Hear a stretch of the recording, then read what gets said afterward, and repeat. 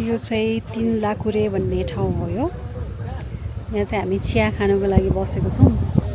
यहाँ चाहिँ special cutting चिया बन्छ अरे भन्नुभयो यहाँको लोकल साथीले। अनि हामी चाहिँ यहाँको चिया खानलाई र यो भ्यू पनि हेर्नको लागि एकैछिन बस्दैछौँ। त्यसपछि हामी चिया खान्छौँ अनि फेरि ब्याक टु तानसेन जान्छौँ। तानसेन चाहिँ यो डाँडा जुन अगाडि देखाएको छ त्यसको पारिपट्टि पर्छ।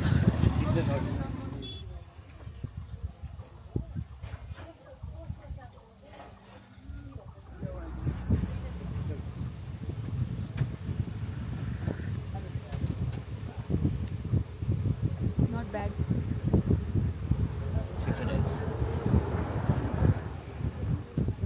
यसमा सौँफ हालेको छ।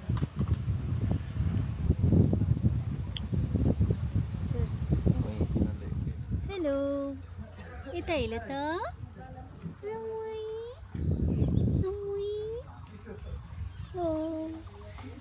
तिमीलाई दिने कुरा केही छैन नि त, के खान्छौ?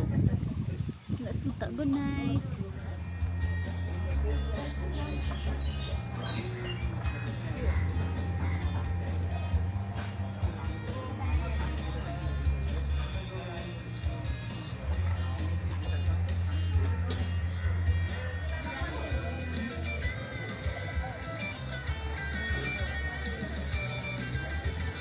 हामी आएको छौँ यहाँ फुल्की खानलाई। यहाँ राखिदिनुहोस्।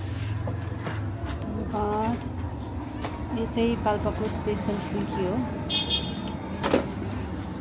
काठमाडौँमा चाहिँ पानीपुरी भन्नुहुन्छ, यता चाहिँ फुल्की भन्नुहुन्छ। यसको भित्र चाहिँ तातो पानी हुन्छ, होइन पानी चिसो हुन्छ, तरकारी तातो हुन्छ र यो खाँदा पनि तातो हुन्छ, मिठो हुन्छ।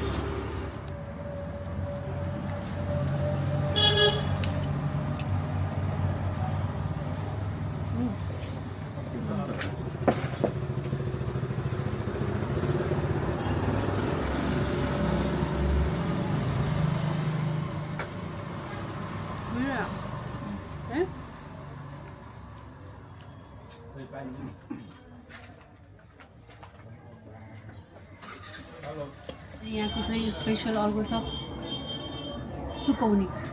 सो हामी चुकौनी कहाँ मिठो पाउँछ भनेर खोजिरहेको छौँ। अब चाहिँ चुकौनी सबभन्दा मिठो त घरमै बनाएको हुन्छ, तर एभ्री टाइम पोसिबल हुँदैन नि त। सो अब चाहिँ हामी चुकौनीको हन्टिङमा जान्छौँ। त्यसपछि अरू स्पेसल के हो?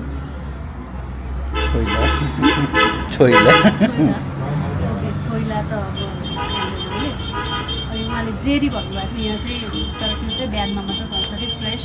यहाँको जेरी पनि एकदम फेमस रहेछ नारायण खानेको। सो त्यो चाहिँ पछि ट्राई गर्छौँ। चुकाउने खोज्नु छ होइन। म चाहिँ अहिले छु पाल्पाको टुडीखेल, तानसेनको टुडीखेलमा। तपाईँलाई मैले एउटा कुरा देखाउँछु जुन पाल्पाको एकदमै स्पेसल हो, त्यो हो करुवा।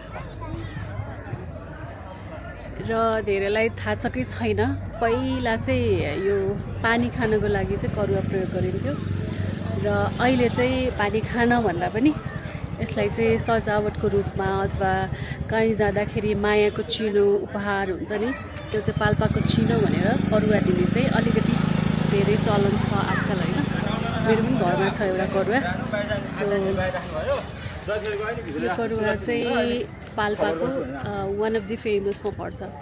करुवा पाल्पाले करुवा भनेर मानिसहरूले पाल्पाकै करुवा खोजेर किन्ने पनि चलन छ र यसरी बनाउने पनि चलन छ।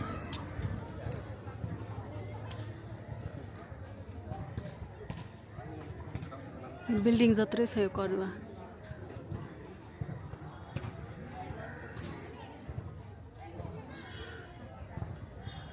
म चाहिँ यहाँभित्र टुडीखेलमै आएँ। यहाँ चाहिँ यस्तो राम्रो हरियाली पनि छ। ग्राउन्ड हामी सानोमा खेल्थ्यौँ क्या यहाँ, बदाम खान्थ्यो भन्नु न हजुर। त्यो जाडो महिनामा चाहिँ यहाँ बदाम लिएर आउने, अनि सुन्तला बदाम। अनि यतातिर चाहिँ पहिला चटपट भन्ने चाहिँ थिएन, चटर मटर भन्थ्यो हामीले। सो त्यो चटर मटर लिएर आउँथ्यौँ यहाँ। अनि त्यसपछि कुबिन्डो मिठाई भन्छ, पेठा भन्छ क्या त्यसलाई होइन, कुबिन्डो मिठाई। यस्तो यस्तो चिजहरू लिएर आएर चाहिँ हामी यहाँ बसेर खान्थ्यौँ। सो यो ठाउँ चाहिँ मलाई कस्तो रमाइलो लाग्यो, धेरै पछि आएको, धेरै नै पछि आएको, धेरै वर्षपछि। रमाइलो छ यहाँको माहौल। यसरी आफू पनि होला रेट बुझौँ र चाहिँ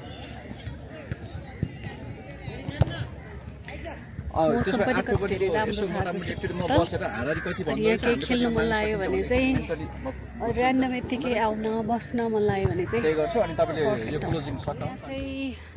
जिल्ला स्तरीय स्थानीय फुटबल खेलकुद नेसनल गेम पनि भएको नेसनल गेम पनि मलाई म सानो 3 स्टार कुनै बेला हामी बच्चा हुँदा यो फुटबल ग्राउन्डमा चाहिँ गेमहरू पनि हुँदो रहेछ।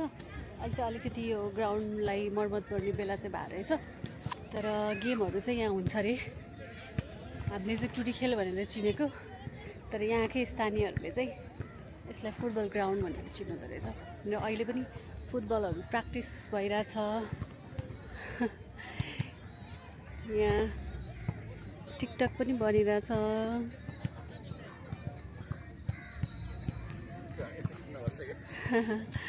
टिकटक पनि बनिरहेछ। अनि त्यसपछि यतातिर चाहिँ रमाइलो छ।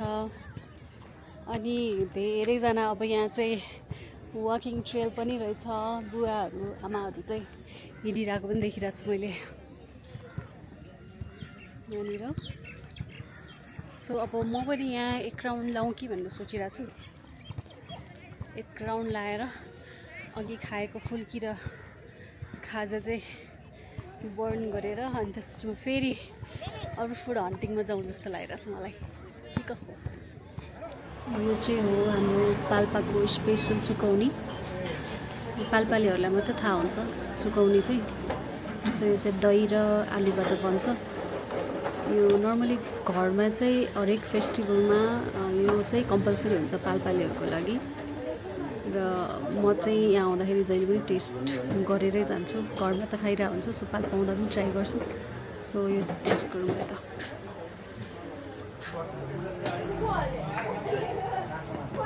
बाकी स्टोरमा सबै मिलाउनु पर्छ।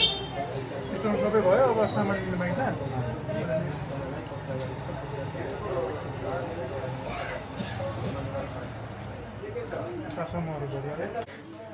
यो चाहिँ यो तेस्रो कप चिया आजको, घरकोसँग चौथो।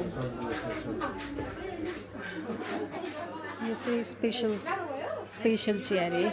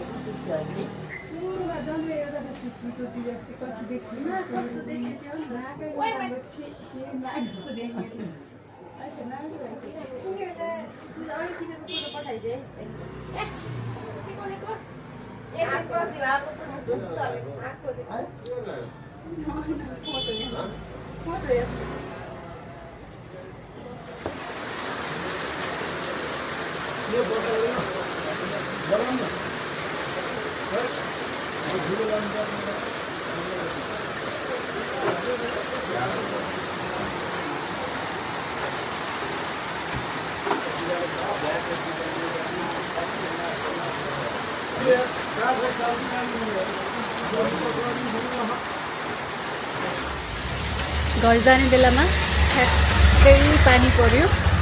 7 बजिसक्यो। हेर्दा त उज्यालै छ तर ढिला भइसक्यो। सो अब पानीमा जाने कुरा भएन। सो पानी बन्द हुन्छ अनि घर जान्छु भनेर सोचिरहेको छु, वेट गरिरहेको छु। सो आजको भ्लगमा मैले भ्याए जति जान सकेको ठाउँहरू जति तपाईँहरूलाई देखाउने प्रयास गरेँ। केही ठाउँहरू अवश्य छुटेको छ, अझै धेरै ठाउँहरू एक्सप्लोर गर्न छुटेको छ।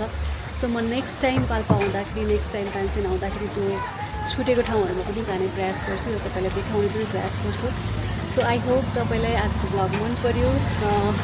आफ्नो कमेन्ट्सहरू, आफ्नो प्रतिक्रियाहरू राख्नु नभुल्नु होला। अनि लाइक, सेयर र सब्सक्राइब गर्नु पनि नभुल्नु होला। So see you on next vlog. By.